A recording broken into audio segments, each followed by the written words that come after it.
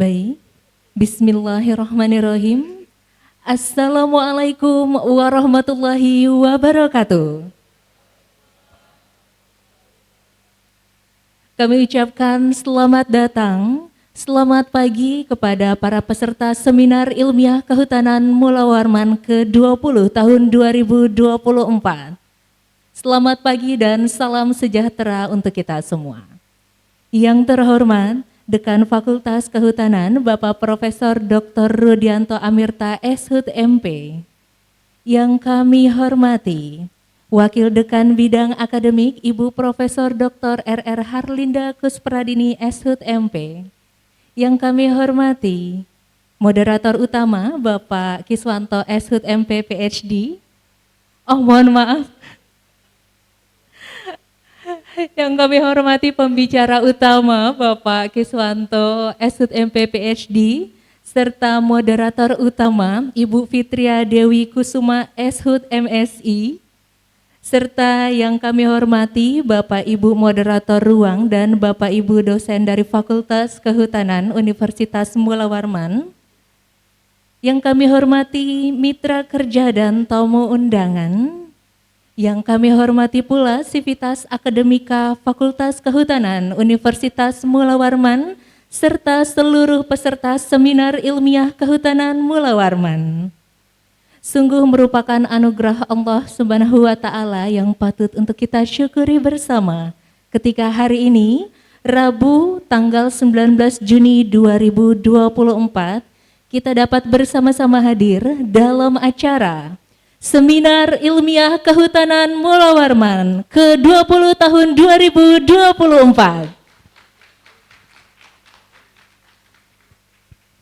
Baik Bapak Ibu hadirin, sebelumnya perkenalkan saya Putri Dini Islamika yang akan memandu acara pada kesempatan pagi hari ini.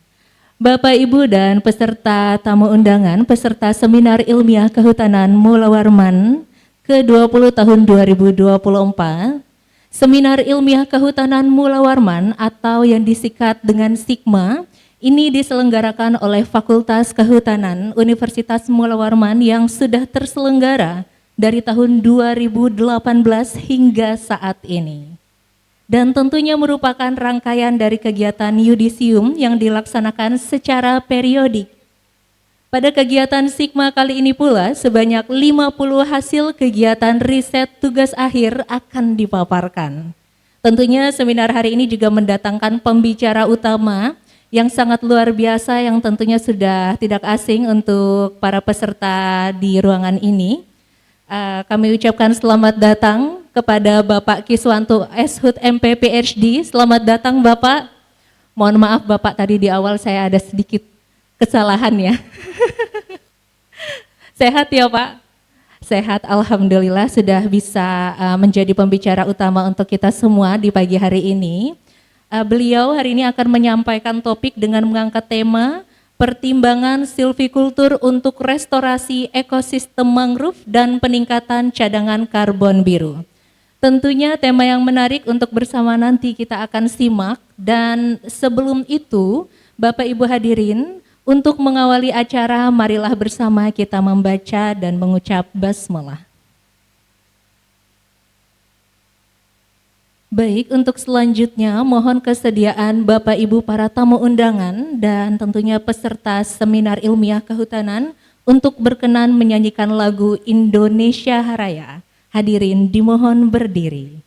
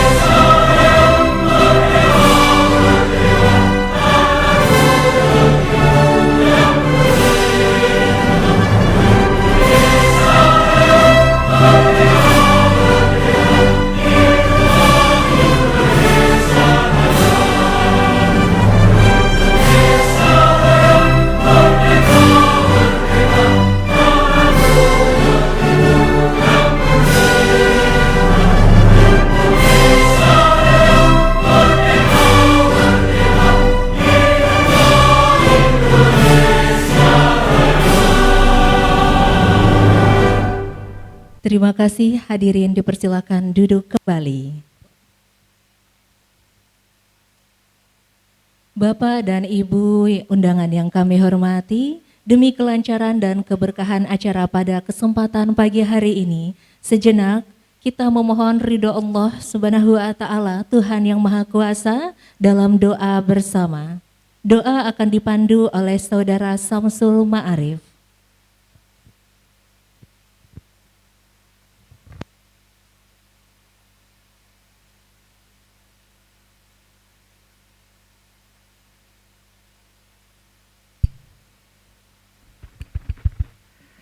Assalamualaikum warahmatullahi wabarakatuh. Hadirin yang terhormat, segenap peserta seminar ilmiah Fakultas Kehutanan Universitas Mula Warman, dengan segala kerendahan hati, marilah kita sejenak menata rasa, menusukkan suasana, dan membacakan doa kepada Tuhan yang Maha Kuasa. Al-Fatihah.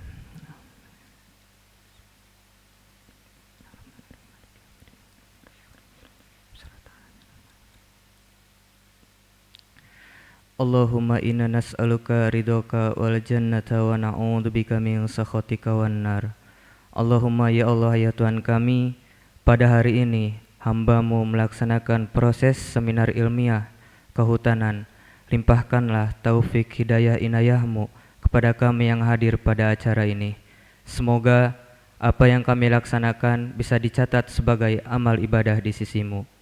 Allahumma ya Allah yang Maha Pengampun, ampunilah dosa kami, dosa para pemimpin kami, dosa guru-guru kami, dan dosa kedua orang tua kami. Berikanlah mereka kemudahan dan petunjuk dalam menjalankan tugas yang Engkau berikan kepadanya dengan sempurna. Ya Allah yang Maha Bijaksana, ajarkanlah kepada kami apa yang belum kami ketahui. Ingatkanlah apa yang kami lupa, pahamkanlah apa yang belum kami pahami. Tambahkanlah ilmu kami dan masukkanlah kami ke dalam hamba-Mu yang soleh dan soleha. Ya Allah ya Rahman ya Rahim, tunjukkanlah kami ke jalan utama, bimbinglah kami dalam segala langkah dan usaha, agar kami dapat berperan penting dalam pembangunan bangsa dan negara. Ya Allah yang Maha Agung, hanya kepadamu-lah kami melakukan pengabdian, dan hanya kepadamu-lah kami memohon pertolongan.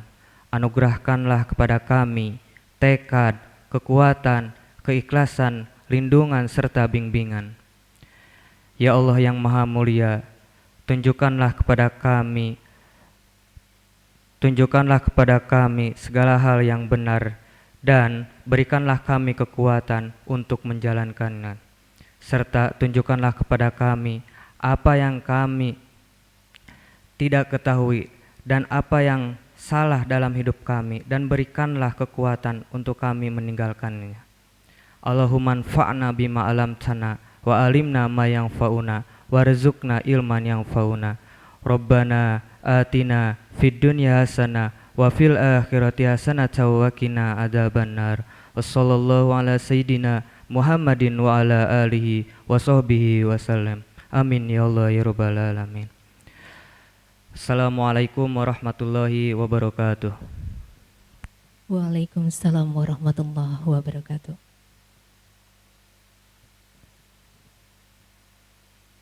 Baik, dengan telah dibuka kesempatan kita pada pagi hari ini dengan pembacaan doa, semoga acara hari ini bisa berjalan dengan lancar dan tentunya sesuai dengan harapan kita semuanya. Amin ya rabbal alamin. Baik, Bapak Ibu yang berbahagia, acara akan kita mulai bersama dengan mendengarkan sambutan sekaligus pembukaan acara secara resmi Sigma ke-20 tahun 2024 yang akan disampaikan oleh Dekan Fakultas Kehutanan. Kami undang dengan hormat Bapak Profesor Dr. Rudianto Amirta SHUT MP. Baik, bersama kita berikan sambutan yang meriah kepada Dekan Fakultas Kehutanan.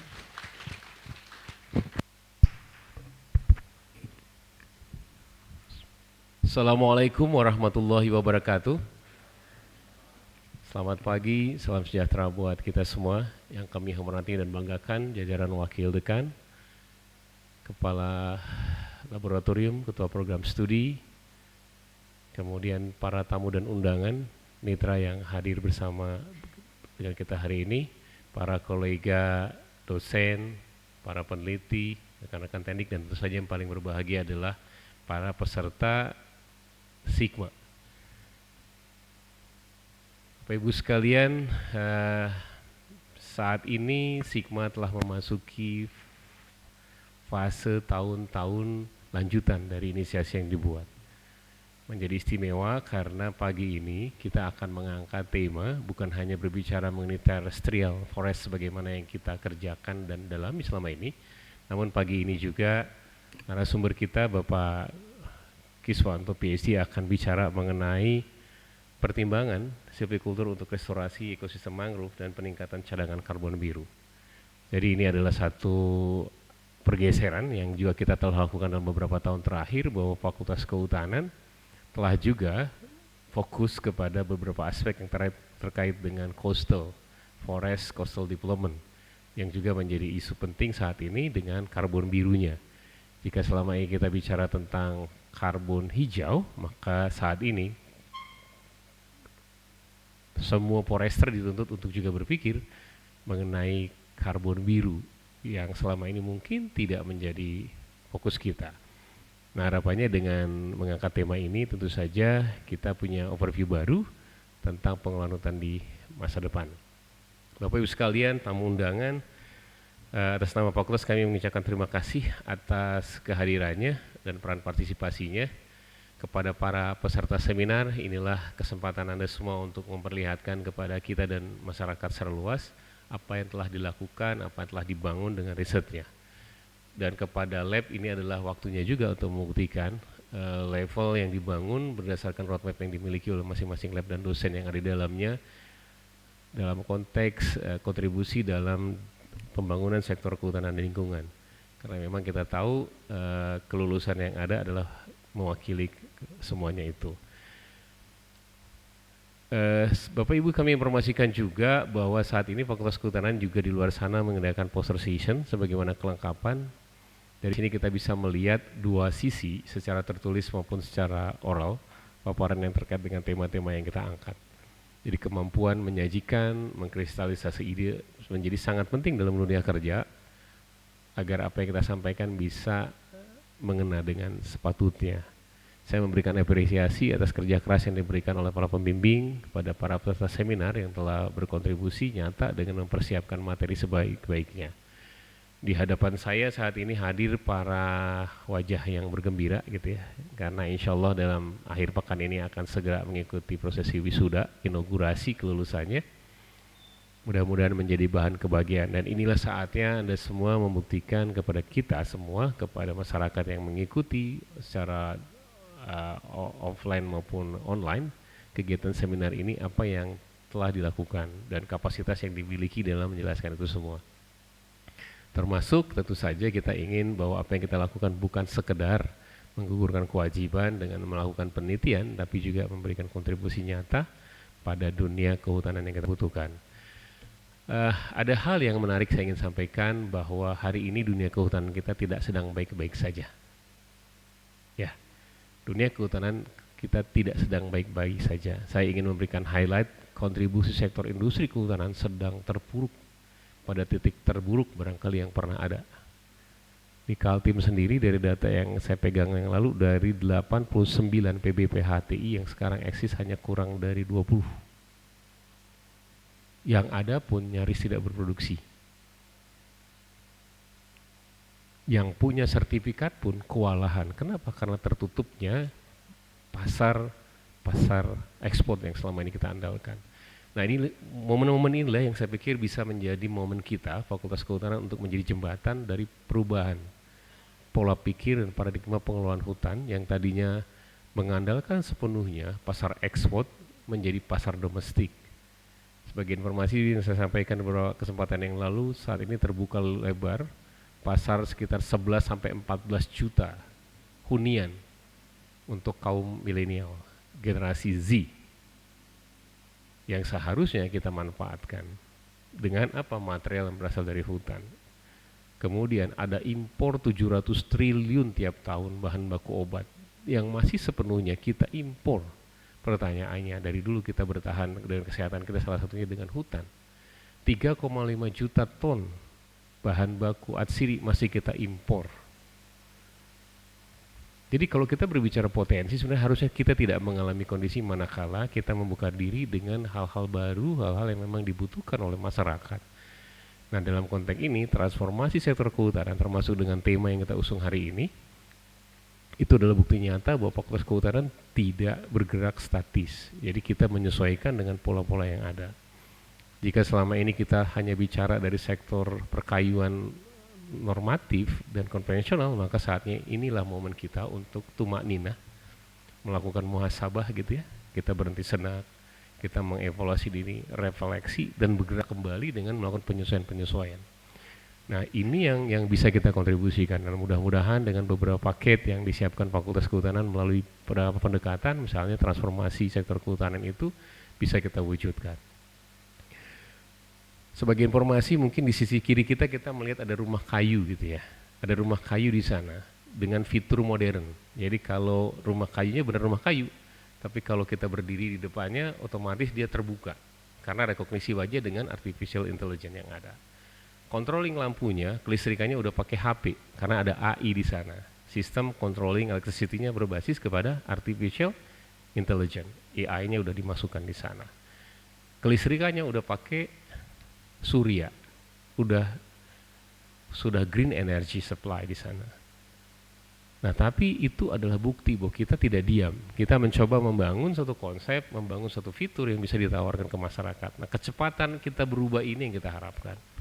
Beberapa penelitian kita sudah muncul juga ke pasar ya Bu Alin ya, dengan produk-produk asirinya, produk-produk obat kosmetiknya.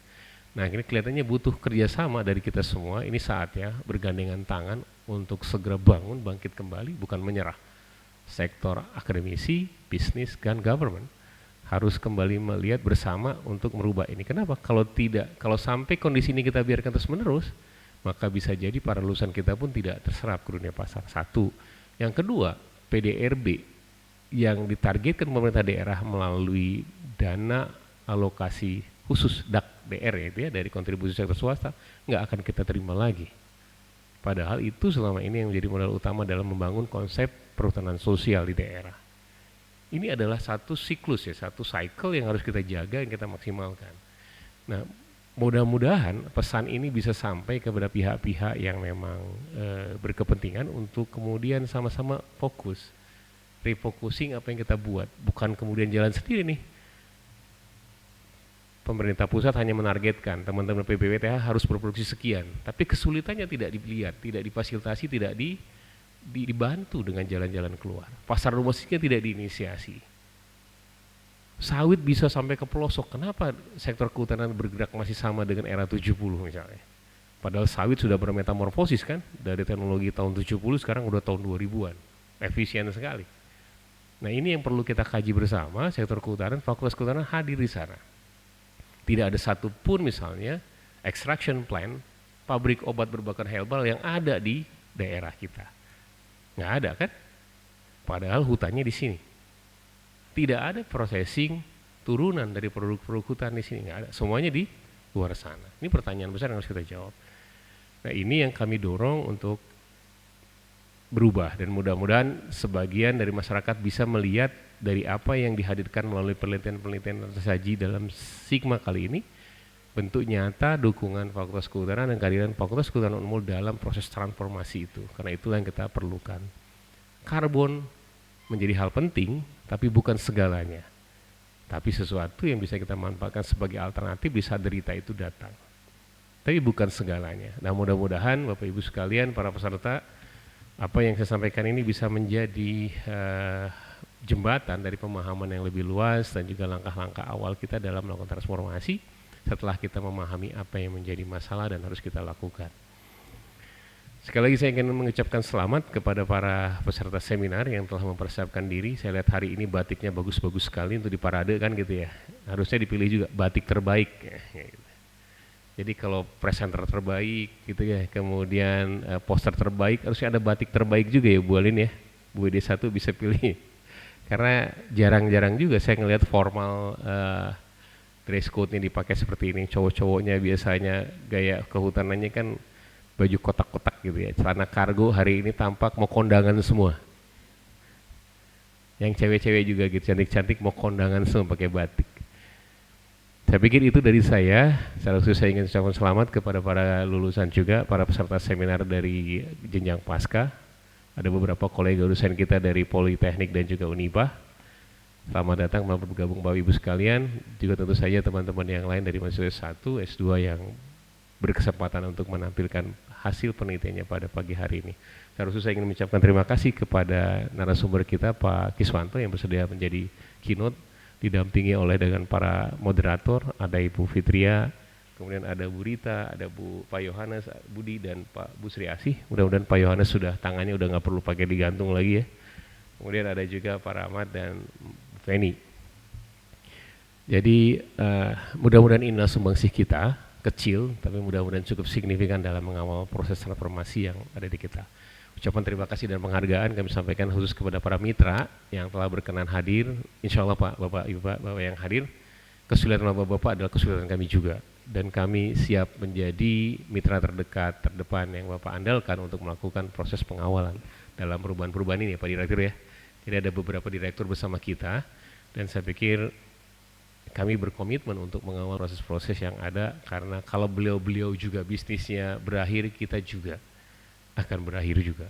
Tentu kita tidak ingin bahwa di sana adalah dulunya adalah industri kehutanan, keperkayuan yang jaya. Tapi di kampusnya sana ada bekas kehutanan di sana gitu ya. Dulunya itu fakultas kehutanan, sekarang hanya jadi fakultas lingkungan saja misalnya gitu.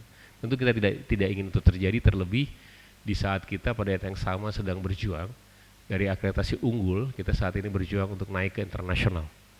Jadi mohon dukungan dan doanya, sekali lagi saya berkali-kali sampaikan, Bu Edi 1 saat ini tengah memimpin tim besar untuk mengawal 3 program studi yang kita miliki, S1, S2, S3 untuk bertransformasi dari unggul menjadi international accreditation level di bawah pengakuan Eropa, ASEAN. Tepuk tangan semua buat kita semua. Saya pikir itu sambutan saya, sekali lagi mohon doanya dan terkhusus kepada para panitia, ada Mbak Dini, kemudian Pak Tikno, Mbak Luki, dan Bapak Ibu sekalian yang telah mengawal kegiatan ini dalam persiapannya. Saya ucapkan terima kasih kepada Kepala Kabak TU kita, Pak Kusno yang telah memanage teman-teman dengan sangat baik, para wakil dekan 1, 2, dan 3 yang hadir. Semoga apa yang kita lakukan pagi ini benar-benar menjadi bagian sumbangsih kita, menjadi amal jariah kita. Kita ikhtiar yang terbaik, Allah nanti yang mengatur semuanya buat kita. Di dalam kesulitan pasti ada kebaikan dan peluang yang masih kita bisa manfaatkan. Dan mudah-mudahan ini adalah peluang yang kita coba buat untuk merubah dan membuat harapan buat kita semua. Demikian dari saya. Mohon maaf jika ada hal yang kurang berkenan. Assalamualaikum warahmatullahi wabarakatuh. Dan secara resmi kegiatan Sigma ke-20 dengan tema pertimbangan silvikultur untuk restorasi ekosistem mangrove dan peningkatan cadangan karbon biru resmi dibuka. Assalamualaikum warahmatullahi wabarakatuh. Waalaikumsalam warahmatullahi wabarakatuh. Baik, kami ucapkan terima kasih banyak kepada Dekan Fakultas Kehutanan, Bapak Profesor Dr. Rudianto Amirta Shut MP telah menyampaikan sambutan sekaligus pula membuka acara pada kesempatan pagi hari ini. Sesi selanjutnya kami mohon kepada Bapak Ibu dan tamu undangan serta peserta Sigma untuk dapat hadir di tengah, berdiri di tengah, sisi tengah ruangan karena kita akan memasuki sesi foto bersama. Kami undang sekali lagi para peserta Sigma untuk dapat berdiri sejenak, berdiri di sisi tengah, berdiri di sisi tengah sini saja, ya, dan juga untuk Bapak Dekan, Bapak Ibu UED dan dosen-dosen serta mitra kerja untuk dapat berdiri di sisi tengah pula. Baik, sekali lagi untuk para peserta bisa berdiri mepet di tengah, sisi tengah panggung.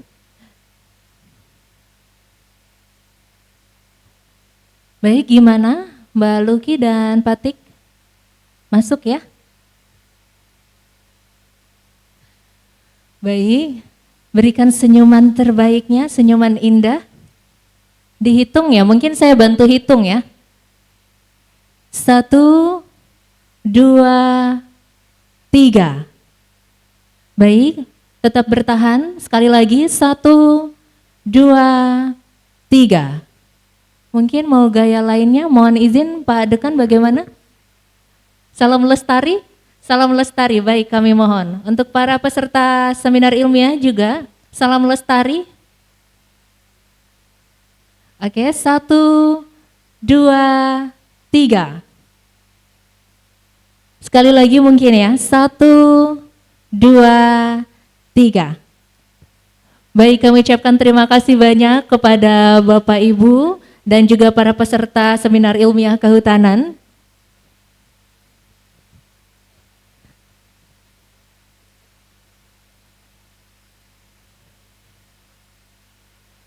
Baik, terima kasih sekali lagi kami ucapkan kepada para peserta seminar ilmiah kehutanan Mula Warman ke-20 tahun 2024. Bapak Ibu para peserta yang hadir pada kesempatan pagi hari ini, untuk itu mungkin saatnya bagi kita bersama mengikuti sesi materi utama yang akan disampaikan oleh Bapak Kiswanto Eshut MP PhD dengan topik Pertimbangan silvikultur untuk restorasi ekosistem mangrove dan peningkatan cadangan karbon biru. Dan tentunya untuk sesi kali ini sepenuhnya kami serahkan kepada moderator utama, Ibu Fitria Dewi Kusuma Eshut MSI yang akan memandu sesi ini hingga pukul 10:10 waktu Indonesia bagian tengah.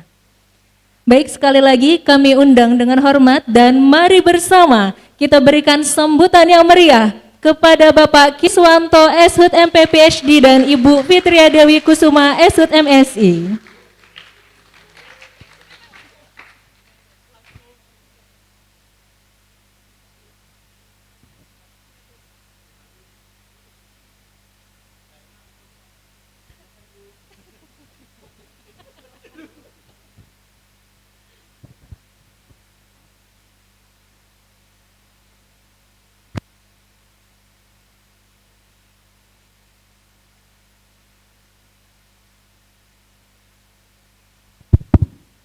Tes. Mohon izin Bapak Ibu, sebelumnya saya ucapkan terima kasih kepada Mbak MC. Saya kadang suka insecure karena suaranya lebih bagus. Lebih bagus Mbak MC-nya. Assalamualaikum warahmatullahi wabarakatuh.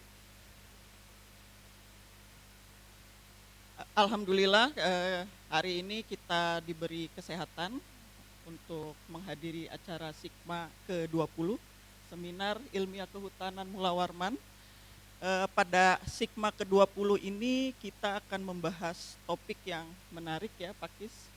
Tentunya ini isu nasional ya, berkaitan dengan mangrove, restorasi mangrove ya, di mana mangrove ini merupakan salah satu ekosistem blue carbon yang menurut beberapa literatur mangrove, ekosistem mangrove itu bisa menyimpan 4-5 bahkan lebih ya Pak Kis ya, cadangan karbon di substratnya, dan berkaitan dengan isu perubahan iklim,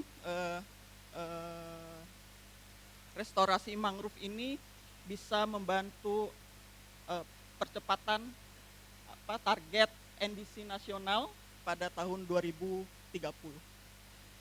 Mungkin saya tidak akan panjang lebar ya, karena akan mempersilahkan Pak Kis untuk memaparkan materinya.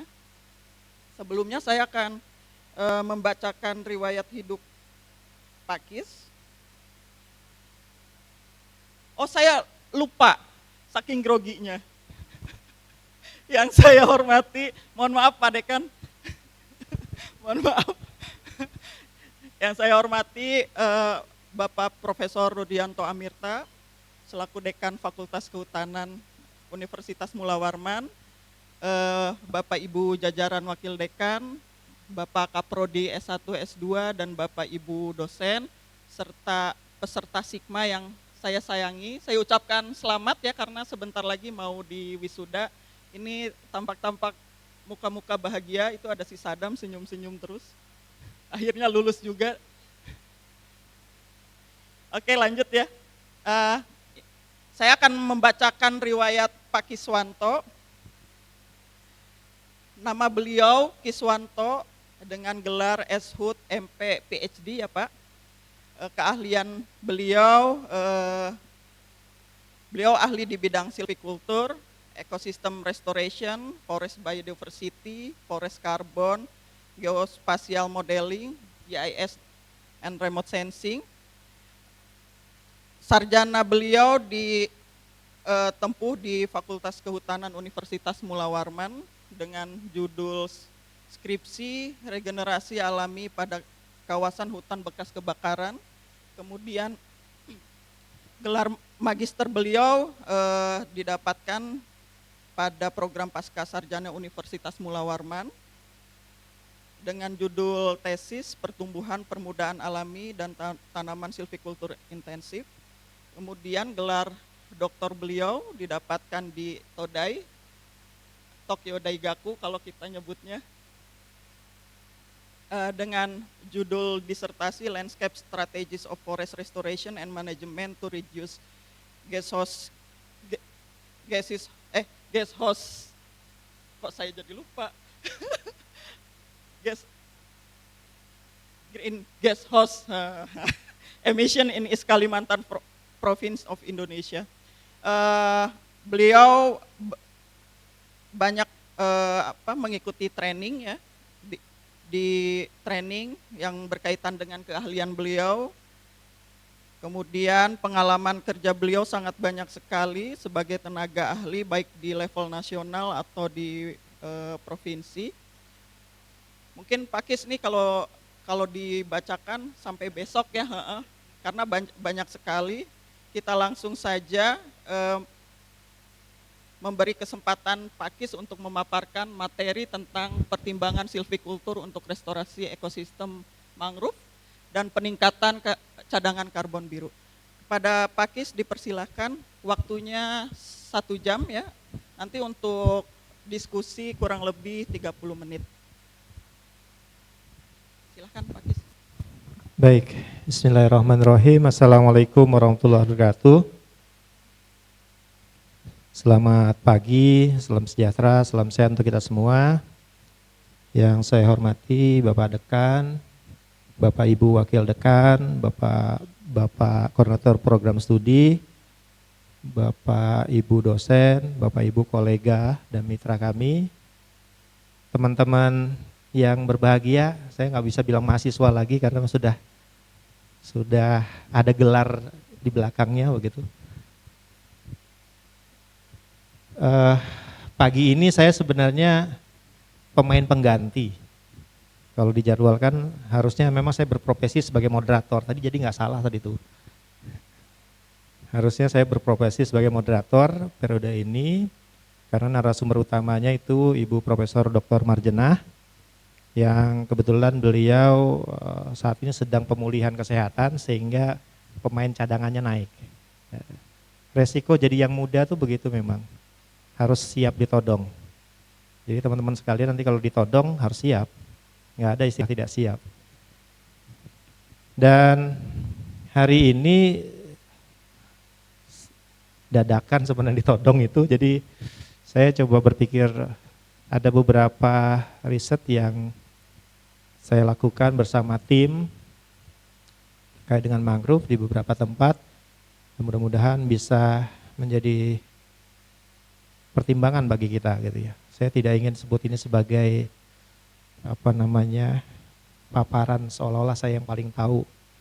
Padahal tidak begitu. Bisa ditolong Mas Dik disampaikan? Saya izin sambil berdiri Bapak Ibu karena Anda enak rasanya kalau presentasi duduk gitu. Saya izin sambil ke bawah. Bisa slideshow Mas?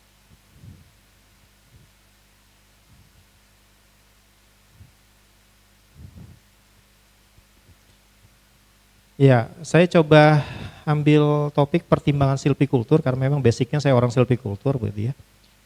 Bagaimana sebenarnya kita melakukan restorasi ekosistem untuk di mangrove dan juga sekarang lagi bagaimana kita meningkatkan cadangan karbon biru gitu ya.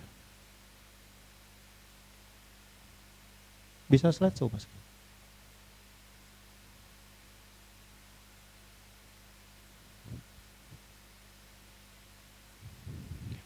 Bapak Ibu sekalian, sambil kita menunggu, saya ingin sampaikan bahwa kegiatan yang saya lakukan bersama tim ini ada di beberapa tempat nanti. Jadi paparan hari ini sebenarnya hanya bagian kecil dari rangkuman kegiatan yang kami lakukan di beberapa tahun terakhir, mulai dari kegiatan bersama BRGM waktu Kedai Reka di tahun pertama itu di Delta Mahakam, kemudian scaling up di Delta Mahakam dan IKN, kemudian juga ada kerjasama dengan Badan Riset dan Inovasi Daerah Provinsi Kalimantan Timur di Bontang, dan kemudian ada juga kerjasama dengan USAID Segar dan Dinas Perikanan Berau untuk yang wilayah Berau, dan ada beberapa riset teman-teman yang sudah juga dilakukan di wilayah Kutai Timur. Jadi ini gabungan dari berbagai materi yang disampaikan. Bisakah? Atau mau pakai laptop saya?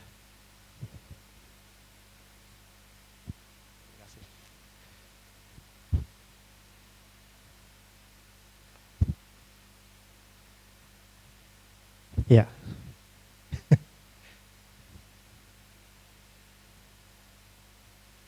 Enggak.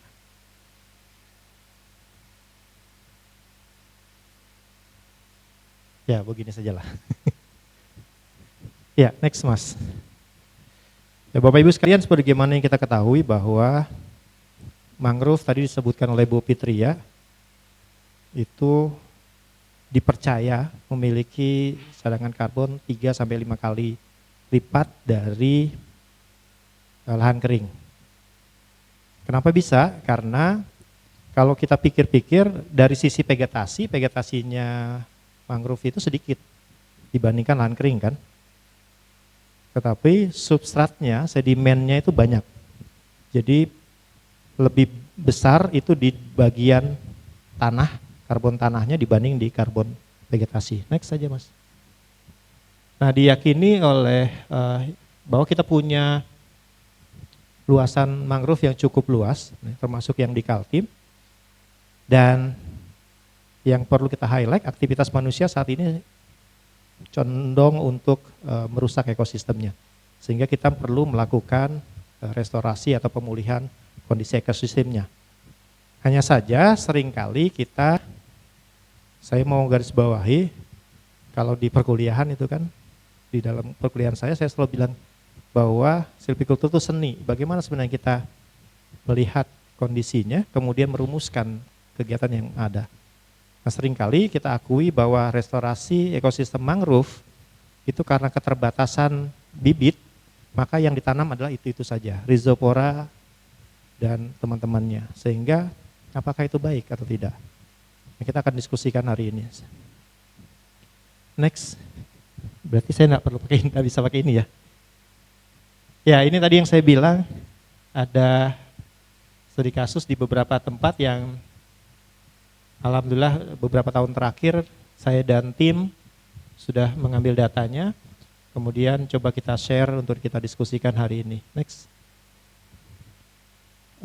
Terkait dengan metode risetnya, kita biasanya mengkolaborasikan atau bahkan memodifikasi dari dua buku sucinya lah. Yang pertama terkait dengan Indonesian National Standard atau SNI tahun 2019, awalnya tahun 2011 kemudian direvisi menjadi tahun 2019 terkait dengan bagaimana pengukuran dan perhitungan cadangan karbon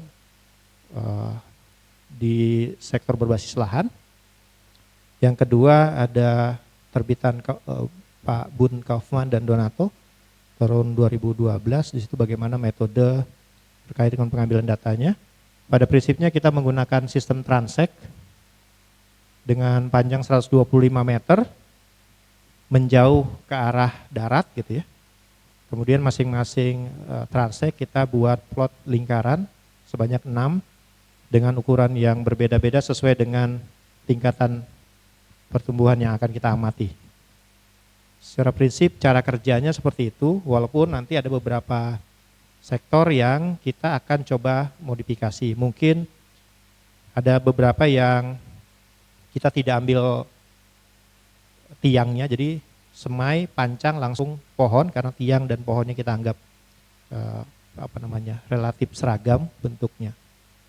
Dan luasan plotnya juga bisa berbeda-beda. Pada dasarnya plot itu hanya alat bantu untuk mengambil data yang merepresentatifkan satu populasi. Next, Mas. Ya, next saja. Biasanya memang kami mengawalinya untuk mengidentifikasi kondisi existing dari lokasi studi terkait dengan apa yang harus kita lakukan. Kita nggak mungkin melakukan restorasi ekosistem, rehabilitasi langsung di atas kertas. Oke, kita menanam di daerah A, kita taruh di daerah B, daerah C. Dasarnya apa? Harusnya di dalam ketika melakukan restorasi, yang paling penting adalah seberapa tingkat kerusakannya dan di mana lokasinya. Nah, itu kita bisa dekatkan dengan pengambilan data berbasis citra satelit. Sehingga kita bisa dapatkan informasi yang semi detail. Meskipun tidak harus lagi secara konvensional, kita harus bikin plot, datangin ke lapangan. Dengan citra yang ada saat ini cukup tinggi. Next, Mas. Ya, contohnya di Bontang, kita coba interpretasi citra terkait dengan tutupannya. Dan di situ ada informasi terkait dengan tutupan non hutan. Berapa banyak, di mana saja lokasinya. Atau yang sekunder, kerapatan rendah, itu masih bisa dilakukan penanaman kan. Tapi kalau sudah primer, ya sebaiknya tidak perlu dipaksakan dalam tanda kutip untuk direstorasi. Next. Demikian juga yang di Berau. Di Berau kita udah tahu luasannya berapa, kemudian tutupannya seperti apa, maka kita bisa dengan cepat menentukan di mana lokasi prioritasnya, kemudian nanti berapa banyak yang akan kita tanam di lokasi tersebut, tergantung dari tingkat kerusakan. Next. Yang kedua yang ingin saya sampaikan adalah terkait dengan kesesuaian jenis. Bapak Ibu, teman-teman sekalian, mangrove ini agak unik. Tidak bisa kita samakan seperti kita melakukan rehabilitasi lahan kering, yang kita bisa tanam apa saja. Mangrove punya jenis-jenis yang khas di situ, yang memang tergantung dari pasang surut air. Sehingga nggak bisa kita sembarangan naruh jenis yang ada yang mungkin kita kategorikan bandel misalnya gitu ya. Sebut saja Sorea balangeran yang bisa hidup di mana saja, tapi jangan pernah nanamnya di daerah mangrove. Kenapa? Karena saya ingin meng-highlight teman-teman sekalian bahwa merestorasi itu bukan saja menanam atau menghidupkan tanaman, tetapi bagaimana kita memperbaiki ekosistemnya dengan memunculkan karakteristik dari ekosistem itu, bukan merubahnya. Jadi bukan soal menanam, tetapi bagaimana kita memperkuat karakteristiknya. Jadi teman-teman bisa lihat di sini nih, ada beberapa lokasi yang kami temukan, setidaknya jenis-jenis mangrove-nya seperti ini. Setidaknya jenis-jenis mangrove-nya seperti itu, yang sudah memang ketahuan lokasinya ada di situ. Next, Mas. Nah, kerapatannya nih. Nah, kalau kita bicara kerapatan, tentu yang menjadi acuan kita adalah hutan sekunder, hutan primer dan sekunder yang kerapatannya lebih banyak. Di sini Bapak Ibu bisa lihat bahwa ketika melakukan rehabilitasi jumlahnya mungkin banyak ya. Dibandingkan secara natural maupun yang alami berada di sempadan sungai, biasanya dia semakin berada di zona terluar, ancaman kerusakannya lebih tinggi, sehingga memang kerapatannya lebih rendah. Ini yang di Teluk, di Teluk Lombok, tim. Ini ring bell hijau yang menjadi buffer ke hadapan paling depan dengan laut. Ini eks tambak yang direhabilitasi. Next, Mas. Nah, di sini juga sebutkan bahwa kalau kita lihat paling banyak nih Rhizopora apiculata, mucronata yang paling banyak hadir. Kalau dia diregenerasi secara alami, maka dia munculnya di zona tengah, zona kedua. Tapi yang seringkali banyak hadir dua jenis ini pada saat melakukan penanaman. Restorasi ekosistem mangrove seringkali pakai Rhizopora. Mau nanam di mana saja pakainya Rhizopora. Kenapa? Stok bibitnya paling banyak dan lumayan paling bandel untuk hidup. Tapi apakah itu menyelesaikan masalah? Nanti kita akan diskusikan. Next. Nah, indeks nilai penting juga masih dikuasai, baik itu dari sektor lokasi maupun dari sektor jenis. Di sini akan kelihatan dominasi dari dua jenis tadi. Itu yang saat ini paling banyak. Next saja. Saya ingin kita lebih banyak diskusi. Nah, ini sebenarnya yang menjadi dasar kita melakukan restorasi. Ada zona paling depan, itu biasa diisi oleh Avicennia dan Soneratia. Di zona tengah, ini Rhizopora bruguiera, dan di zona belakang itu termasuk Nipah-nipah masuk di belakang situ. Nah, kalau sudah masuk terestrial, udah lahan kering, ya silakan pakai jenis-jenisnya macam-macam. Meskipun dia kadang-kadang kalau mangrove itu kan dia naik turun pasang serut ya, kelihatannya kering atau di atas tanggul gitu. Apakah ini kategori lahan kering gitu? Langsung tanam yang lain? Enggak. Ada kalanya dia akan tergenang. Jadi inilah yang dia titik tertinggi, air tertinggi, kemudian ini air rendah. Jadi bisa jadi yang Soneratia dia akan memang termasuk tipikal yang agak sulit dibudidayakan, kemudian juga agak sulit tumbuh karena ancamannya paling besar. Dia terendamnya bukan lagi sampai seleher, tapi hilang. Tiba-tiba begitu surut, hilang juga bibitnya. Sementara yang Rhizopora dia masih di zona tengah ini. Next, Mas. Nah, indeks keanekaragaman. Bapak Ibu, yang ingin saya sampaikan di slide ini adalah meskipun kita melakukan rehabilitasi, melakukan penanaman, tapi jenisnya paling sedikit. Kenapa? Karena tadi kita pakai Rhizopora. Sehingga keanekaragamannya paling rendah. Sementara menjadi patokan di kita adalah primer dan sekunder yang jenisnya lebih beragam. Eks tambak yang terjadi regenerasi alami, itu juga dia akan punya kemampuan untuk tumbuh beragam. Nah, kalau buatan ini kan ditanam ya, maka secara indeks keanekaragaman jenisnya terbatas.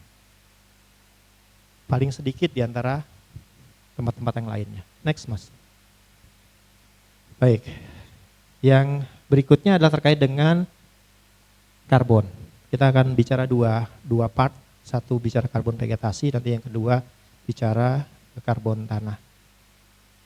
Kalau bicara karbon vegetasi, selalu saya sampaikan bahwa korelasinya akan sama dengan berapa banyak jenis, karena itu ada pengaruhnya dengan wood density atau berat jenis.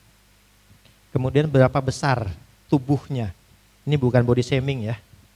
Bukan body shaming, tetapi seberapa besar tubuh dari pohon atau vegetasi yang ada.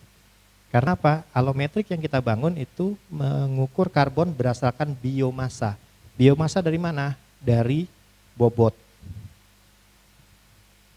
Ya, jadi ini bukan body shaming, jadi untuk bisa meningkatkan karbon vegetasi, maka kerapatan akan sangat berpengaruh, wood density-nya akan berpengaruh, kemudian dimensi batangnya juga akan memberikan pengaruh. Maka primer sekunder lah yang paling tinggi. Rehabilitasi dengan regenerasi alami kurang lebih sama. Next Mas. Demikian juga kalau kita berdasarkan kerapatan, ini yang kita lakukan di Bontang kemarin, ada primer tinggi sampai ke sekunder rendah, maka dia akan bentuk J, terbalik begitu ya. Semakin tinggi kerapatannya, dia akan semakin tinggi juga karbon vegetasinya. Next. Nah, untuk karbon tanah, kaitannya lebih pada seberapa banyak jenis dari vegetasi itu kemudian menjadi sedimen. Sehingga memang kita perlu sampaikan bahwa di dalam hutan mangrove sekunder dan primer paling tinggi. Tapi yang ingin saya sampaikan ke Bapak Ibu dan teman-teman sekalian adalah ada korelasi positif terkait dengan kegiatan rehabilitasi terhadap peningkatan karbon stok tanah. Bisa 3 kali lipat. Jadi ada tambak, dibiarkan saja, dia akan regenerasi alami, kemudian ada tambak yang kemudian direhabilitasi. Maka peningkatan karbon stok tanahnya itu bisa 3 kali lipat. Jadi kita mulai berpikir nih, restorasi ekosistem bukan saja sekedar menanam, tapi bagaimana kita meningkatkan cadangan karbon, baik itu vegetasi maupun tanah. Next Mas. Ini yang saya sampaikan di grafik ini. Semakin tinggi kerapatan, maka karbon stoknya juga karbon stok tanah juga akan meningkat. Jadi semakin rapat, semakin banyak serasah yang jatuh gitu ya. Karena kalau di mangrove itu kita nggak ada sebut karbon serasah, tuh nggak ada. Dia langsung include menjadi karbon tanah. Dia akan korelasinya positif. Tapi kalau berdasarkan kedalaman, next Mas. Berdasarkan kedalaman, dia korelasi positifnya hanya sampai kedalaman 1 meter. Setelah 1 meter dia akan mulai menurun lagi. Jadi dia agak melengkung begini. Agak melengkung, jadi sampai di 1 meter dia masih positif, kemudian setelah lebih dari 1 meter dia akan turun. Artinya ketebalan atau tingkat kandungan karbon tanah paling tinggi itu udah sampai di 1 meter. Sehingga hati-hati di dalam pengelolaan tanah mangrove. Karena bisa jadi tambak itu ketika dia melakukan pengolahan tanah, maka akan menghilangkan sebagian besar karbon tanahnya. Karena ini kita udah lihat sisi positifnya. Kalau sudah lebih dalam lagi, dia cenderung negatif, jadi berkurang. Next. Nah ini hubungan antara kerapatan tegakan dan kedalaman terhadap karbon tanah. Jadi kalau kita gabung tadi, kalau yang kedalaman kan melengkung-melengkung begini, tapi kemudian kalau yang kerapatan dia akan berbanding lurus. Jadi sudah ada korelasi yang cukup positif terkait dengan bagaimana kita meningkatkan kualitas dari vegetasi di atasnya, juga terhadap peningkatan karbon di tanah. Next Mas. Terakhir saya ingin sampaikan pola tanam. Di dalam melakukan rehabilitasi kita harus paham dulu kondisi existing. Jelas kalau hutan primer nggak perlulah kita paksakan untuk kita melakukan restorasi, kita melakukan penanaman. Karena sudah paling bagus gitu ya. Kalau hutan sekunder, lihatkan saja ada enggak spot-spot seperti ini. Yang agak terbuka, maka dia lakukan pola tanam rumpang. Jadi hanya mengisi kekosongan saja. Hanya mengisi kekosongan. Yang sudah padat nggak perlu ada penanaman. Nah kalau dia tambak yang ditinggalkan sudah tidak aktif lagi, silakan tanam intensif, tanam rapat, sehingga dia akan jadi seperti ini, rapat sekali. Tapi upayakan jangan satu jenis, karena ini yang dilakukan satu jenis. Next, Mas. Nah, kalau dia tambak aktif, kita nggak bisa paksakan akan penanaman intensif. Hari ini kita nanam, besok mungkin sorenya sudah dicabut sama masyarakat. Karena masih sebagian besar petambak menganggap mangrove adalah musuhnya tambak. Padahal enggak. Hanya saja kita harus pintar-pintar menyesuaikan dengan apa pola yang bisa kita lakukan. Ada pola empang parit yang mangrove-nya berada di tengah-tengah, tambaknya berada di sekeliling. Yang kedua pola komplangan. Pola komplangan ini dia di pintu masuk air. Jadi fungsinya sebagai filter. Air masuk ketemu mangrove dulu baru tambak. Air keluar ketemu mangrove. Tapi kalau misalnya pintu air yang dua antara masuk dan keluar berbeda, kita bisa bentuk modifikasi dari ini. Jadi saringannya ada dua, bisa dibuat begitu. Jadi posisinya tengah saja tambaknya. Ada yang dia tanggul, di tanggul-tanggulnya ditanamin, di tengah-tengahnya kosong. Ada juga yang sistem jalur. Jadi pola tanam kita nggak bisa seragamkan. Bagaimana penerimaan dari petani tambak itu akan jauh lebih penting untuk meningkatkan keberhasilan restorasi dibanding kita paksakan jumlah tanaman yang ditanam. Kadang-kadang kita sering dibutakan dalam tanda kutip dengan penilaian kinerja berbasis jumlah bibit mangrove yang ditanam. Harusnya orientasi itu udah mulai ditukar. Keberhasilan penanaman mangrove, keberhasilan restorasi mangrove tergantung dari jumlah bibit yang hidup. Mau nanam banyak tapi mati 60%, percuma. Lebih baik nanam sedikit tapi hidup 90%. Next, Mas. Terakhir sebagai penutup, next saja. Saya setidaknya ada 5 poin yang ingin saya sampaikan kepada Bapak Ibu dan teman-teman sekalian, bahwa yang satu, kita harus tahu dulu kondisi existing lokasi yang mau kita rehab, yang mau kita perbaiki, yang mau kita pulihkan. Dokter tidak mungkin serta-merta langsung ngasih obat kan? Setidaknya nanya dulu, sakitnya apa, gejalanya apa, bagaimana. Identifikasilah. Kalau sakit hati memang agak susah diobati begitu kan. Nah, diidentifikasi dulu. Jadi ketika kita mau melakukan restorasi ekosistem, identifikasi dulu lokasinya. Kalau sudah identifikasi, baru kita rumuskan, kita akan lakukan apa. Ground check silakan kalau mau lakukan ground check ya.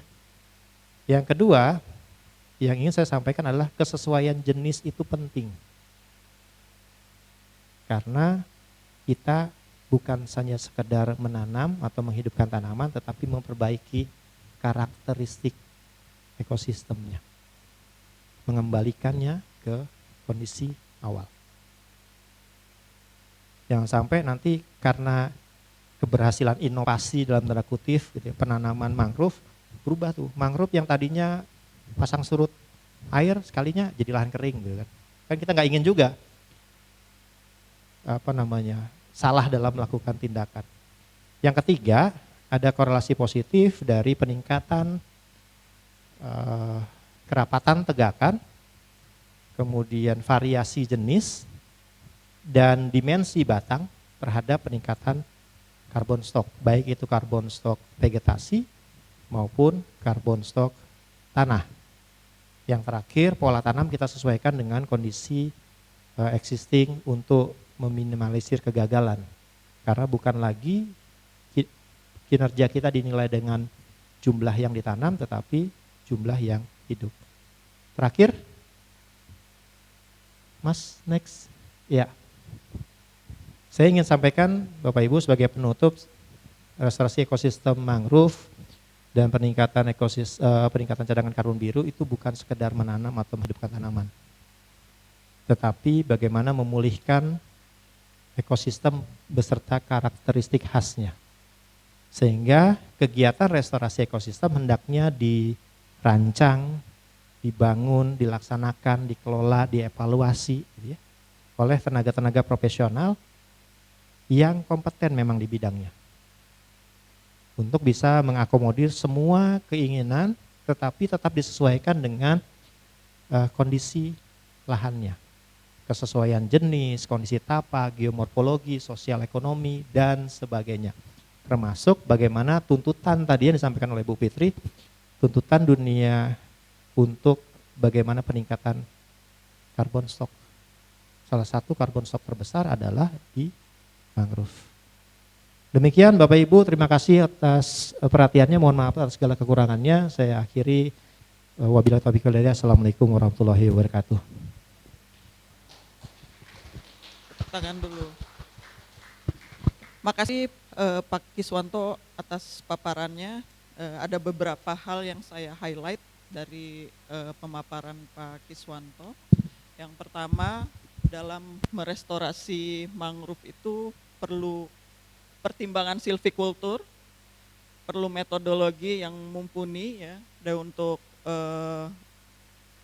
merestorasi tentunya kita bisa mengkarakteristikkan area yang direstorasi dengan bantuan teknologi, salah satunya GIS ya, dengan bantuan citra. Kemudian site species matching itu penting karena kita ketahui bersama mangrove merupakan ekosistem yang khas di mana vegetasinya tumbuh dengan pola zonasi. Kemudian serapan karbon baik vegetasi atau penyimpanan karbon di substrat tanahnya itu berkaitan dengan kerapatan dan komposisi jenisnya. Kemudian pola tanam itu penting ya, disesuaikan dengan kondisi area yang akan direstorasi. Dan keberhasilan restorasi mangrove itu tentunya dilihat dari persentase hidup dari tanaman mangrove. Untuk selanjutnya saya akan membuka sesi tanya jawab ya. Saya akan membuka 2 sesi. Yang pertama mungkin saya buka 3 penanya dulu. Silakan Bapak Ibu dan peserta Sigma angkat tangan, sebutkan namanya. Silakan yang akan bertanya. Oh, biar rame. Oke, Pak.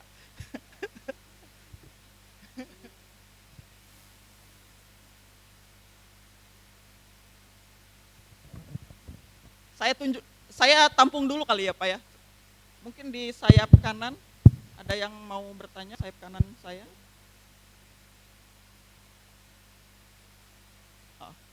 Ada 2, satu lagi sayap kiri.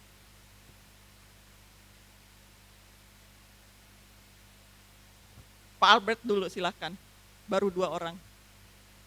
Baik, terima kasih. Lalu dekat ya. Makasih Pak Kis sudah berbagi ilmu pagi ini.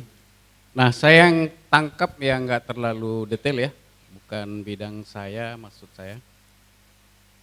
Tadi Pak Kis ada menerangkan bahwa keberhasilan penanaman itu dipilih juga yang katakanlah Rhizopora tadi Pak ya, yang banyak tersedia gitu. Satu, terus kemudian selalu menggarisbawahi jumlah atau volume dari stok karbon gitu yang bisa disimpan oleh mangrove.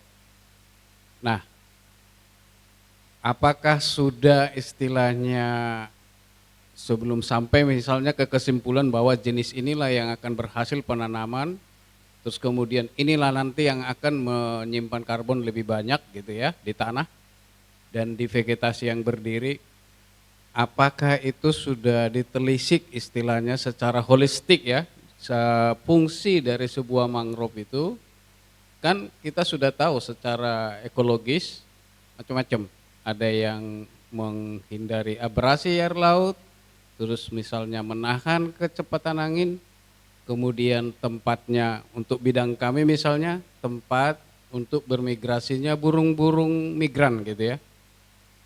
Nah, apakah kadang nanti bukan berlawanan gitu Sementara misalnya Pak Kis tadi mau ngomong supaya berhasil jenis inilah yang ditanam karena misalnya banyak tersedia bibitnya, benihnya, kemudian keberhasilannya tumbuhnya sangat tinggi, apalagi yang dia bisa nanti menyimpan karbon banyak, tapi adakah kemungkinan ke fungsi-fungsi yang lain dari mangrove itu menjadi terabaikan gitu? Kita diskusikan. Terima kasih. Oke, makasih Pak Albert. Ditampung dulu ya Pak. Silakan untuk selanjutnya Bapak. Terima kasih. Assalamualaikum warahmatullahi wabarakatuh. Perkenalkan, saya Yusuf Andriana dari Taman Nasional Kutai.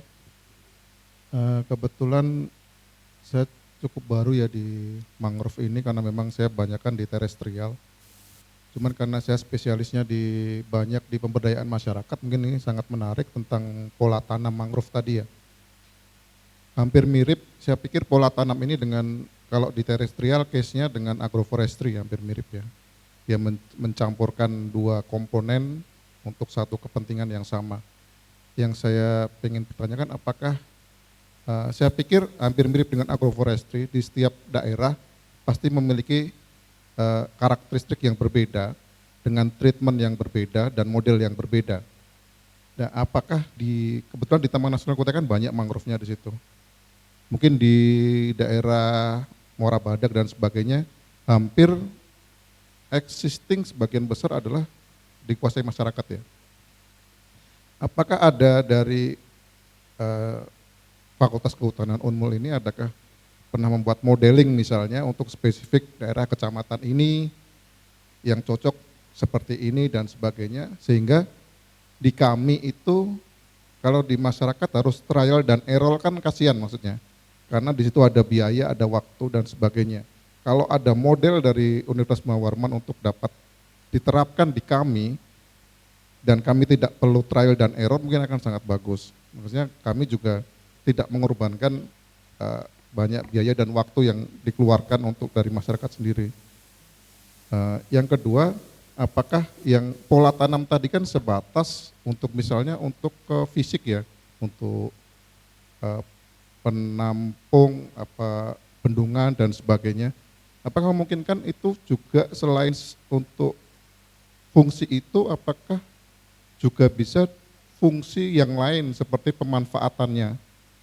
Pemanfaatan secara langsung oleh masyarakat, misalnya untuk makanan atau dijual seperti apa, event atau wisata dan sebagainya, apakah bisa dikombinasikan seperti itu?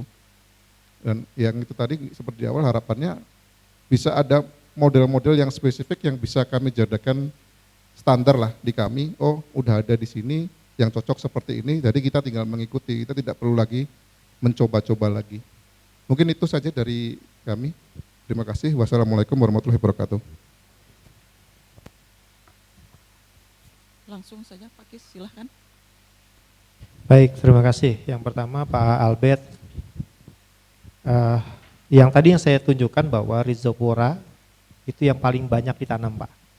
Tapi apakah kemudian saya ikut merekomendasikan bahwa kita kalau mau nuntut keberhasilan nanam Rhizopora, tadi kalau kita simak saya sebutkan ada zonasi. Zonasi ini meskipun memang Rhizopora termasuk jenis mangrove yang paling bandel, bisa hidup lebih tinggi, tapi saya tidak merekomendasikan untuk Rhizopora saja. Kalau tadi disampaikan ada zonasi, yang zona terdepan itu Soneratia dan Avicennia. Meskipun saat ini kita sedang, saya dengan Bu punya bimbingan sedang meningkatkan persentase hidup pembibitan Soneratia dengan berbagai treatment, karena memang Soneratia itu termasuk agak susah dikembangkan. Tetapi saya ingin menyampaikan kepada Bapak Ibu teman sekalian bahwa yang jangan sampai nanam Rhizopora di mana-mana, karena itu akan merusak ekosistem. Itu yang ingin coba saya sampaikan. Meskipun tadi realita yang kita lihat di bagian rehabilitasi itu full dengan Rhizopora.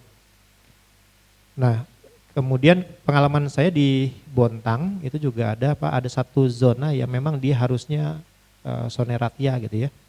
Kemudian karena tidak ada bibit yang siap Soneratia, adanya Rhizopora, Pertanyaan berikutnya, apakah akan ditanam? Tidak, tidak saya bilang. Kalau bisa pending dulu. Tanamlah rhizopora pada zonanya saja.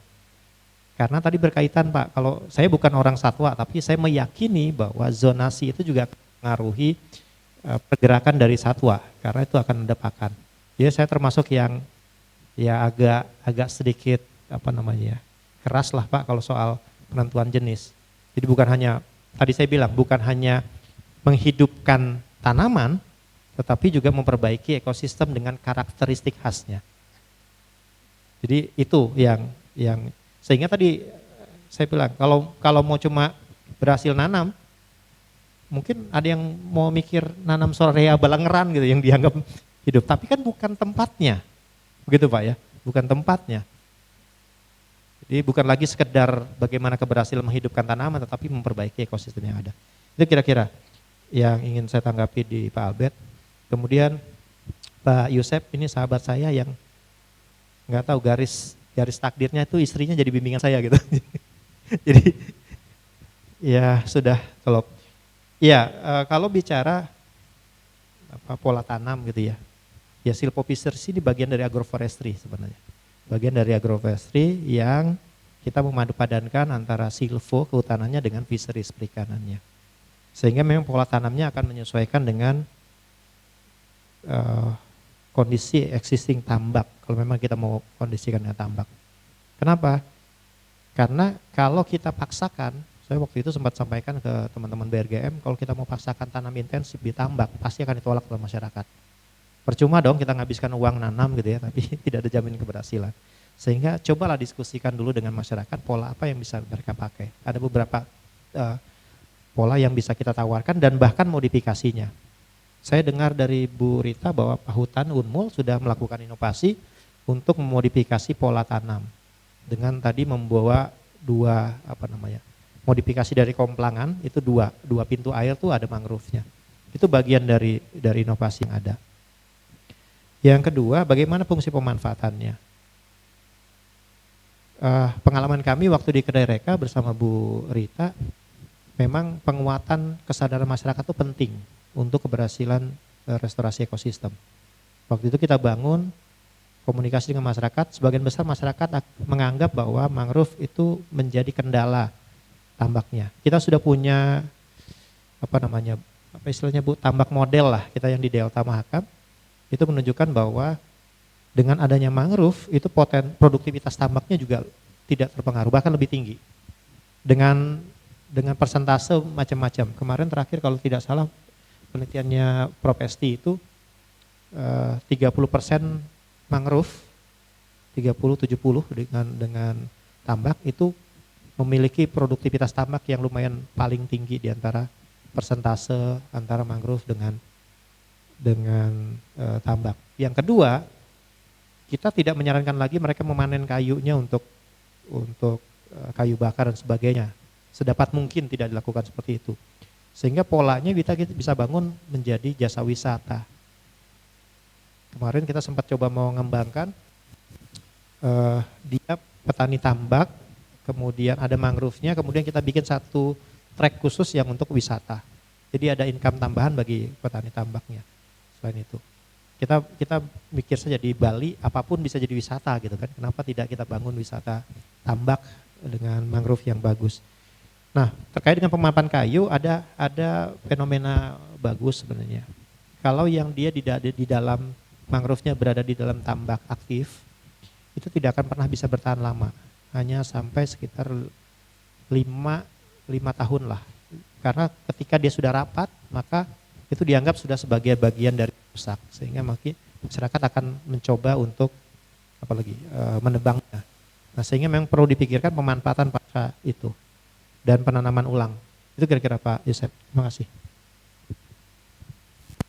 Makasih Pak Kis atas jawabannya. Silakan jika ada yang mau bertanya lagi, silakan Bu Rita. Bu Rita dulu, silakan Bu. Baik, terima kasih. Assalamualaikum warahmatullahi wabarakatuh. Mohon maaf saya agak telat jadi nggak melihat presentasinya Pak Kis. Cuman sedikit saya mungkin memberikan gambaran di kita, maksudnya di daerah tropis itu ada 2 tipe hutan yang utama, yaitu hutan yang dipengaruhi oleh iklim dan hutan yang dipengaruhi oleh edapis.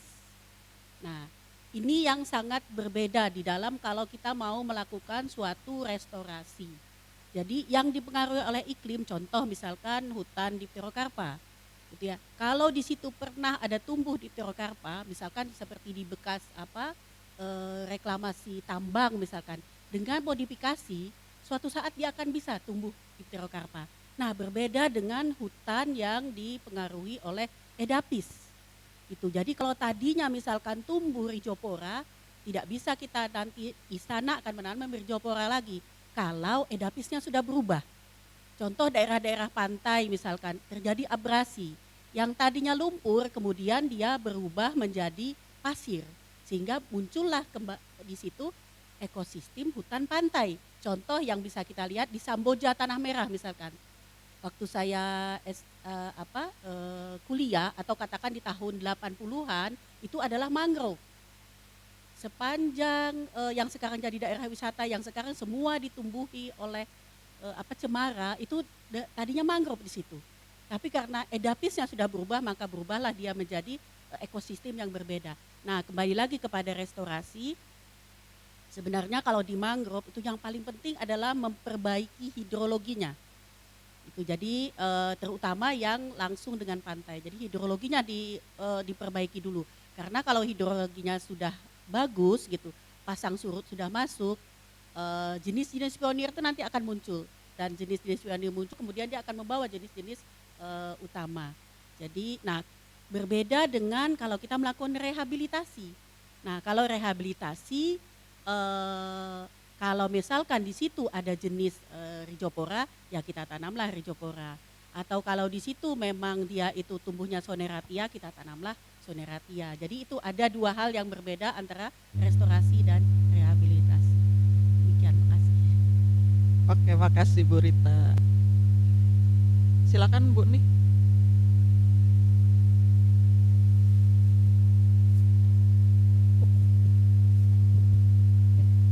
Assalamualaikum warahmatullahi wabarakatuh. Perkenalkan, nama saya Ede Rosama. Saya meng-highlight pernyataan dari Pak Kis ya tadi, bahwa lebih baik menanam sedikit tetapi berhasil 90% berhasil, daripada menanam banyak tetapi mungkin hanya 60% yang berhasil. Nah, itu. Di masyarakat banyak organisasi yang sebenarnya bukan latah, tapi ada juga mungkin memang serius, ada juga hanya mungkin sebagai selebrasi, itu kan menanam mangrove, kegiatannya seperti itu. Saya kira di mana-mana banyak kasus seperti itu, banyak kegiatan seperti itu kan. Kita berpikir positif lah. Nah, tetapi di sini keberhasilannya kan masih dalam tanda tanya. Apalagi kalau misalkan menanam, kemudian tidak ada lagi kelanjutan setelah itu sudah selesai. Padahal yang sebenarnya yang penting itu kan bukan hanya menanam, tetapi setelah menanam itu apa yang kita lakukan. Nah, kemudian poin yang ingin saya tanyakan ini ke Pak Kis, mungkin karena sering dengan tim ya, sering ke lapangan, kemudian sering melakukan kegiatan tersebut. Nah, faktor-faktor yang menyebabkan keberhasilan dan kegagalan proses penanaman ini mungkin penting ini untuk adik-adik juga nanti di lapangan ya, kemudian ke masyarakat. Pengetahuan ini penting sekali. Nah, di samping tadi sebagai catatan bahwa penentuan zonasi dan kesesuaian jenis. Nah, mungkin di samping itu faktor-faktor apa sih untuk meminimalisir kegagalan dan kita meningkatkan keberhasilan di dalam penanaman mangrove ini. Itu saja mungkin pertanyaan dari saya. Terima kasih. Assalamualaikum warahmatullahi wabarakatuh. Silakan Pak Kis, langsung aja. Baik, terima kasih Bu Rita. Ini termasuk mentor saya lah dalam soal mangrove, karena saya baru ya paling 5 tahun terakhir berkecimpung, dan Bu Rita termasuk guru saya lah dalam hal ini. Saya sepakat dengan apa yang disampaikan Bu Rita, maka tadi saya highlight ke Bapak Ibu dan teman-teman sekalian bahwa dalam melakukan restorasi ekosistem itu bukan hanya sekedar menanam, bukan cuma sekedar menghidupkan tanaman. Ini mungkin nanti sekaligus menjawab apa yang disampaikan oleh Bu Nih ya. Di dalam hutan mangrove, di awal saya sampaikan dia punya karakteristik yang agak khas yang tadi disampaikan oleh Bu Rita. Banyak keberhasilan kegagalan dari restorasi mangrove itu karena tidak memperhatikan kondisi yang ada. Tadi Bu Rita meng-highlight hidrologi itu penting. Karena kalau kita mengacu ke kenapa ada zonasi tadi, itu kan ada pengaruh dari salinitas, pH, tekstur tanah dan sebagainya. Itu nggak bisa kita temukan secara khas di lahan terrestris. Sehingga memang tidak sekedar hanya menanam, sehingga perlu ada perbaikan itu. Nah, saya highlight di awal juga kita perlu melihat kondisi existingnya. Kalau memang secara secara ekosistemnya sudah berubah, tadi yang disampaikan Bu Rita, tadinya rhizopora ternyata udah jadi pesisir pantai begitu ya, maka kita akan menyesuaikan dengan kondisi yang ada.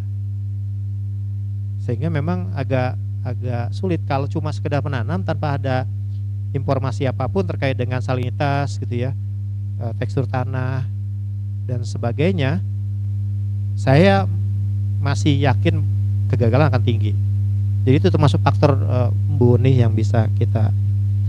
Yang kedua yang ingin saya highlight adalah kita harus mulai memutus rantai kebiasaan yang ya kita sebutnya salah kaprah lah ya, bahwa menanam itu dilakukan secara seremonial, nanam rombongan gitu ya, foto-foto, selesai foto-foto pulang, padahal nggak ditanam semua. Maka saya termasuk orang yang agak mengkritisi slogan menanam 1 miliar itu gitu ya, meskipun di hati saya tuh ada logo KLHK juga gitu kan. Tapi hati-hati, saya selalu pesankan di perkuliahan saya, menanam jangan dijadikan hobi Bu, menanam sesuai kebutuhan. Kalau Mas Yosef tadi, kalau menanam hanya jadikan hobi, ya udah semua peringatan hari lingkungan hidup, Puspasatwa dan sebagainya kegiatannya menanam 1 miliar pohon misal gitu. Ya percuma kalau kita tidak memperhatikan bagaimana kita bisa sukses dalam merestorasi tadi. Jadi itu yang menjadi poin penting. Ketika saya selalu bilang ini, silvikultur itu bukan hobi tapi investasi, bisnis. Bicaranya bisnis. Kalau kita bicara bisnis, saya yakin lah Bapak mitra kita udah kalau bicara bisnis kan kita harus yakinkan dulu bahwa menguntungkan melakukan kegiatan itu. Kita harus yakin bahwa itu akan memberikan efek positif karena kita menginvestasikan biaya. Kalau tidak berhasil ya buat apa kita tanam? Begitu kan Pak ya kalau dari sisi bisnis ya. Jadi harus yakin dulu bahwa itu penanaman yang sukses. Itu kira-kira saya terima kasih atas masukan dari Bu Rita untuk meng-highlight apa yang menjadi poin penting dari paparan kali ini. Gitu kira-kira. Baik, terima kasih Pak Kis. Ini waktunya masih lama. Mungkin saya akan mengundang calon alumni ini karena belum resmi. Oh, silakan Bapak dulu.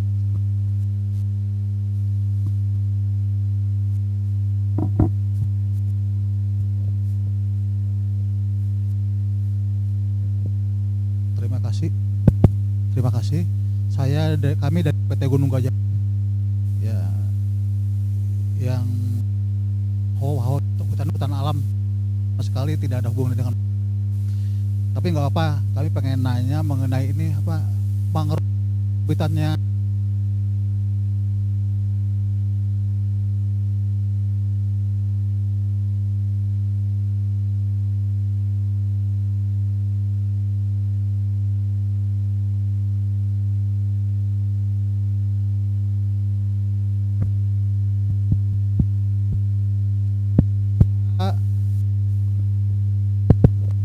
Terus yang kedua, kami tertarik ke ini cadangan karbon biru itu ya.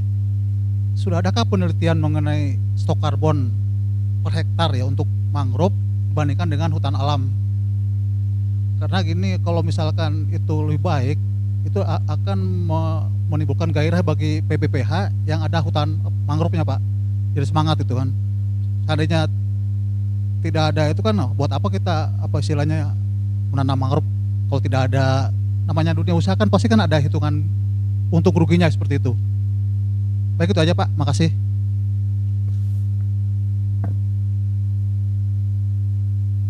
Silakan, ada lagi?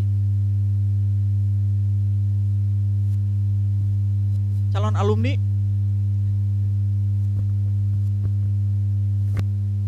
Mungkin dijawab dulu Pak. Baik, terima kasih Pak. Ya sebenarnya kalau saya aslinya memang silvikultur lahan kering Pak. Saat ini juga mendampingi beberapa PPPH untuk bicara carbon stock di areal izin karena mau perdagangan mandiri ya, rencananya gitu. Ya pada prinsipnya sama dengan apa yang kita coba kembangkan. Di mangrove sebenarnya sudah ada beberapa kajian carbon stock secara total. Karena kalau kita bicara carbon full itu kan tidak hanya vegetasi ya, atas dan bawah, kemudian juga tanah yang paling banyak memang. Kalau nekromas ada tapi nggak terlalu banyak kalau di mangrove. Serasa jelas nggak ada. Pohon matinya ada sebagian. Jadi hanya seputaran carbon fullnya. Kita ada sudah beberapa riset di Bontang itu kita identikan dengan mangrove yang tidak terganggu primer dan sekunder karena lumayan bagus memang yang di Bontang. Kemudian di Berau itu sebagian ada yang terganggu, memang sudah di Delta itu contoh yang terganggu. Jadi memang ada beberapa carbon stock yang kita analisis terkait dengan bagaimana sebenarnya kondisi existingnya, termasuk yang tadi yang dengan tambak. Ada beberapa riset, nanti kita bisa diskusi lebih lanjut terkait dengan ini. Tapi kalau pertanyaannya apakah sudah ada, sudah. Nanti sebenarnya kan sebagian yang saya paparkan tadi, cuma yang belum dipaparkan ini yang tanaman, yang memang ada tambak, kemudian ada tanamannya berapa. Kemudian terkait pertanyaan yang pertama, bagaimana model silvikultur untuk Bekantan. Saya belum mengarah ke sana, tetapi nanti bisa diskusi dengan Pak Albert dan Pak Suba sebenarnya terkait dengan ini. Ketika kita melakukan model silvikultur untuk restorasi ekosistem, gitu ya, pasti kita akan kaitkan dengan seberapa banyak jenis yang menjadi pakan satwa tertentu. Jadi saya belum diskusi dengan beliau-beliau yang pakarnya satwa, pakannya Bekantan itu apa saja sih?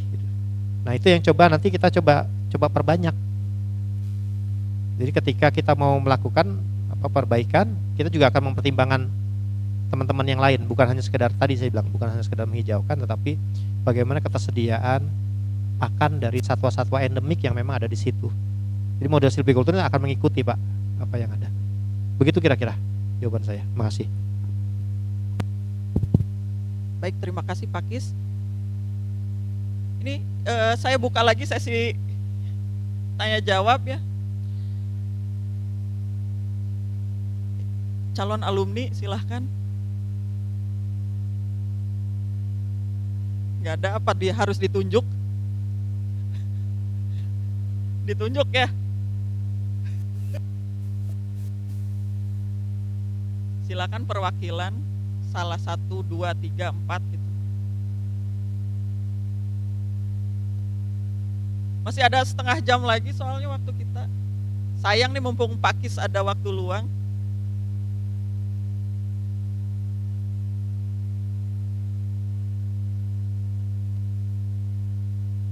Wah, nggak ada Pak Kis.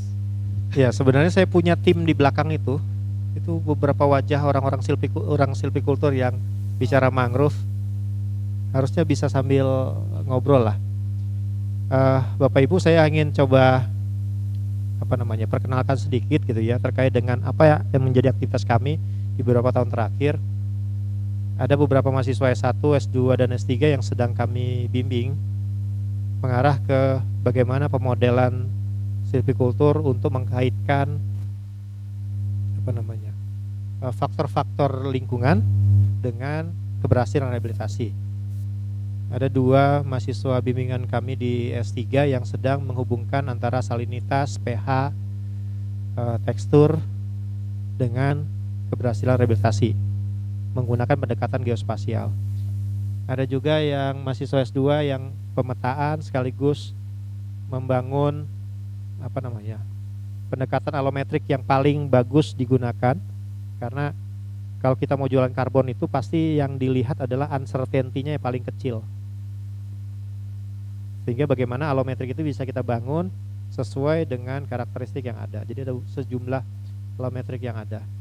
Ada juga yang memang S1 S2-nya bicara karbon, mudah-mudahan kalau rezeki dia jadi dosen jadi silvikultur mangrove begitu. Ini sekaligus mempromosikan ke fakultas, mudah-mudahan ada rezeki. Jadi memang ini bukan pekerjaan ringan dan bukan pekerjaan sesaat. Ini pekerjaan tim yang kita bangun cukup lama.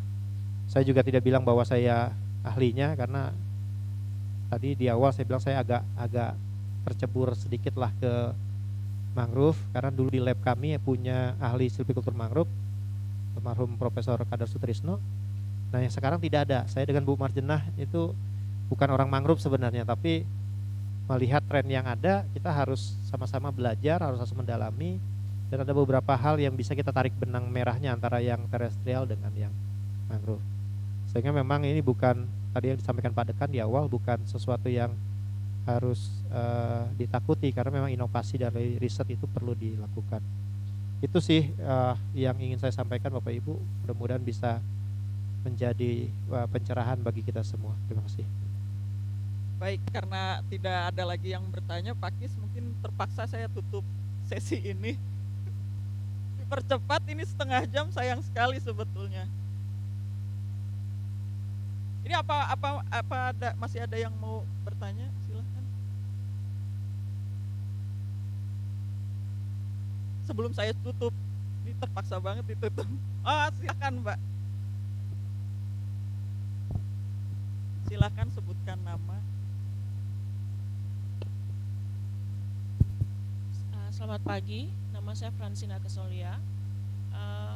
Mungkin tadi, mohon maaf, mungkin agak sempat disinggung sedikit mengenai data-data spasial, terutama penggunaan sistem informasi geografis. Untuk pertimbangan, untuk penelitian Bapak ini, untuk pertimbangan silvikultur untuk restorasi ini, data-datanya itu apakah hanya digunakan untuk trik tadi, apakah hanya untuk melihat perubahan tutupan lahannya saja, atau ada hal-hal lain lagi yang digunakan untuk hasil penelitian ini, pertama lahan seperti itu. Terima kasih Pak.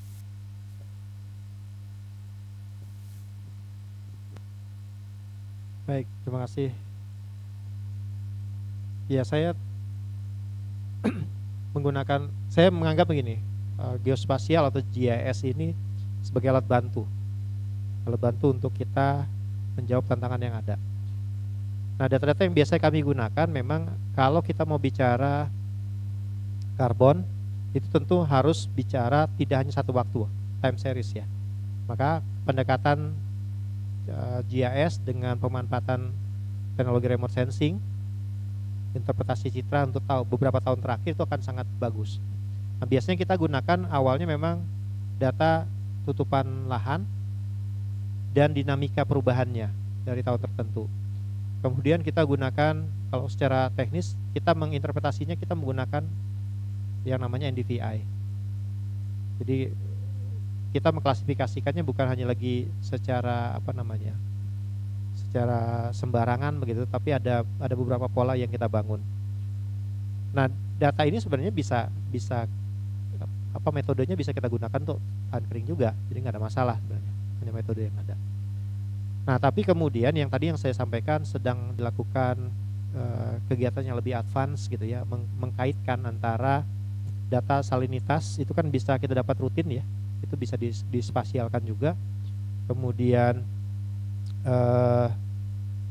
saya lupa ada gelombang ya, pasang surut gitu. Kemudian tekstur tanah, ada beberapa data yang memang bisa dispasialkan. Kemudian kita lakukan modeling, bagaimana menghubungkan antara faktor-faktor lingkungan ini dengan kondisi existing yang ada, termasuk misalnya berapa hubungannya dengan tutupan. Sehingga kita bisa tadi, kalau bicara Bu Rita bilang hidrologinya penting, maka kita coba dekatkan geospasialnya ke arah bagaimana kebutuhan data hidrologi untuk menjawab kebutuhan kita melakukan restorasi. Begitu kira-kira tanggapan saya. Baik, apakah ada lagi? Silahkan. Ini saya masih maksa.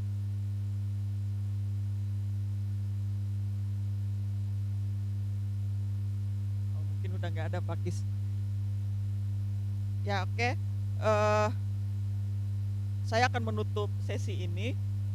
Sebelumnya saya ucapkan terima kasih kepada Pak Kiswanto yang telah memaparkan topik yang sangat menarik, karena ini berkaitan dengan isu tidak hanya nasional tapi isu global ya. Saya mohon maaf apabila ada salah kata. Saya tutup. Wassalamualaikum warahmatullahi wabarakatuh. Waalaikumsalam warahmatullahi wabarakatuh. Baik, kami ucapkan terima kasih banyak kepada narasumber kita atau pembicara utama Bapak Kiswanto Eshut MP PhD dan juga Ibu Fitria Dewi Kusuma Eshut MSI. Kami mohon untuk bisa berdiri di bawah ya Bapak untuk dapat menerima sertifikat. Silakan kepada Bapak Kiswanto dan juga Ibu Fitria. Kami mohon dengan hormat Ibu Profesor Dr. RR Harlinda Kuspradini untuk dapat menyerahkan sertifikat kepada pembicara dan juga moderator utama pada kesempatan pagi hari ini.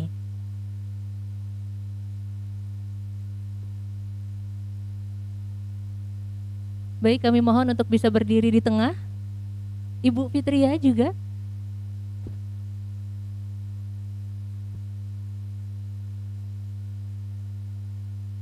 Baik, bersama kita saksikan penyerahan sertifikat kepada pembicara utama kita pada kesempatan pagi hari ini, Bapak Kiswanto Eshut MP PhD, dengan materi pertimbangan silvikultur untuk restorasi ekosistem mangrove dan peningkatan cadangan karbon biru. Untuk selanjutnya penyerahan cenderamata atau sertifikat kepada moderator utama kita.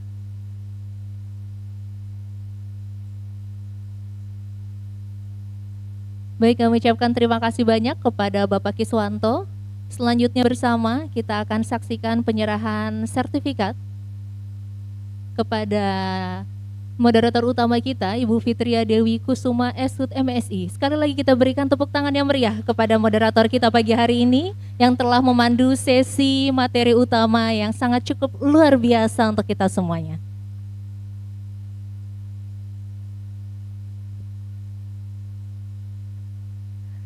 Baik, sekali lagi kami ucapkan terima kasih banyak kepada Bapak Kiswanto Eshut MP PhD yang telah memberikan penjelasan atau pemaparan materi terkait pertimbangan silvikultur untuk restorasi ekosistem mangrove dan peningkatan cadangan karbon biru. Dan juga kami ucapkan terima kasih banyak kepada moderator yang telah memandu sesi materi utama pagi hari ini, Ibu Fitria Dewi Kusuma Eshut MSI. Baik, Bapak Ibu para tamu undangan, peserta Sigma ke-20 tahun 2024, selanjutnya ialah pemaparan seminar ilmiah yang akan dibagi menjadi 5. Sebelumnya Bapak Ibu dan para peserta mohon izin membacakan pembagian moderator untuk setiap ruang. Untuk GBK dengan moderator ruang Ibu Insinyur Rita Diana MA. Lab KTAI dengan moderator ruang Bapak Rahmat Mulyadi Eshut MHUT. Lab Meranti dengan moderator ruang Ibu Insinyur Kusno Yuli Widiati MP. Ruang Bengkirai dengan moderator ruang Ibu Insinyur Sri Asih Handayani MP. Dan mohon izin saya ingin menyampaikan informasi yang sebelumnya berada di lab pemanenan hutan akan dipindah ke lab industri dan pengolahan hasil hutan dengan moderator ruang Ibu Feni Putri Mariani Sofyan Eshut MHUT. Baik Bapak Ibu hadirin yang berbahagia, tidak terasa kita telah berada di penghujung acara materi utama pada Seminar Ilmiah Kehutanan Mula Warman ke-20 tahun 2024.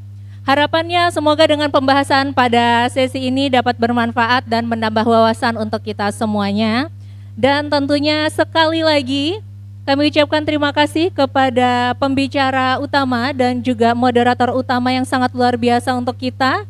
Tentunya kami ucapkan sekali lagi terima kasih kepada seluruh peserta yang hadir pada hari ini, dan boleh kita berikan tepuk tangan yang meriah untuk kita semuanya. Mohon izin saya akan memberikan pantun. Bunga mekar di perbukitan, sawah luas di pedesaan. Terima kasih untuk perhatian, mohon maaf untuk kesalahan. Wassalamualaikum warahmatullahi wabarakatuh. Untuk selanjutnya kepada para peserta seminar ilmiah untuk dapat menuju pergi ke ruangan masing-masing yang terdapat di buku abstrak. Sekali lagi saya